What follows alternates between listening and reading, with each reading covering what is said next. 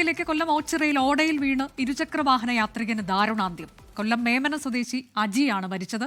National highway നിർമ്മാണം നടക്കുന്നിടത്താണ് അപകടമുണ്ടായത്. മേഘന മുരളി വിവരങ്ങളുമായി.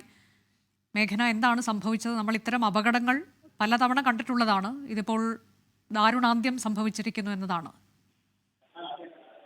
അനുജ, തീർച്ചയായും നാഷണൽ ഹൈവേ നിർമ്മാണ പ്രവൃത്തികൾ നടക്കുന്ന ഓച്ചിറ ജംഗ്ഷന് സമീപമുള്ള ഓടയിലാണ് രാവിലെ പ്രദേശവാസികൾ മൃതദേഹം കണ്ടെത്തുന്നത്. അതിൽ പിന്നീടുള്ള അന്വേഷണത്തിലാണ് ഈ വാഹനാപകടം ആണ് മരണകാരണമെന്ന് വ്യക്തമാവുകയും ചെയ്യുന്നത്. ഈ ഓടയിൽ പണി പൂർത്തിയാകാത്ത ഓടയിൽ വീണ നിലയിലായിരുന്നു മൃതദേഹം ഉണ്ടായിരുന്നത്. അതുപോലെ തന്നെ ഇരുചക്ര വാഹനം അർദ്ധരാത്രിയോടുകൂടി ഈ പ്രദേശത്തൂടെ പോകുമ്പോൾ ഒരു അപകടം സംഭവിച്ചു എന്നുള്ളതാണ് ഇപ്പോൾ പ്രാഥമിക ഘട്ടത്തിൽ മനസ്സിലാക്കാൻ കഴിയുന്ന കാര്യം. ഇപ്പോൾ മൃതദേഹം തിരുവനന്തപുരം മെഡിക്കൽ കോളേജിലേക്ക് മാറ്റിയിട്ടുണ്ട്. അതിൽ മരിച്ചത് കൊല്ലം മേമന സ്വദേശി അജിയാണ് എന്നുള്ളതാണ് ഇപ്പോൾ വ്യക്തമാകുന്നത്. അതിൽ ഈ പണി തീരാത്ത ഓട, അത് ഓടയിൽ നിറയെ വെള്ളം ഉണ്ടായിരുന്നു. അതുപോലെ തന്നെ ഈ ഓട മൂടിയിട്ടുണ്ടായിരുന്നില്ല. അതുകൊണ്ട് തന്നെ ഈ ഓടയിലേക്ക് വീണ് മരിച്ചു എന്നുള്ളതാണ് മനസ്സിലാക്കുന്നത്. അതുപോലെ തന്നെ പ്രദേശവാസികൾ പറയുന്നത് ഈ നാഷണൽ ഹൈവേയുടെ കരാറെടുത്ത ഏജൻസി പണി പൂർത്തിയാക്കാതെ ഇവിടെ നിന്ന് പോയി എന്നുള്ള കാര്യം കൂടി പറയുന്നുണ്ട്. അത് പ്രദേശവാസികളുടെ നിരന്തരം ആവശ്യമുണ്ടായിരുന്നു, പക്ഷെ അത് കണക്കിലാക്കിയില്ല. അതാണ് ഈ അപകടത്തിന് കാരണമെന്നുള്ളതാണ്. അതുപോലെ തന്നെ ഈ നാഷണൽ ഹൈവേയുടെ പണി തുടങ്ങിയ ശേഷം വിവിധ ഭാഗങ്ങളിലായി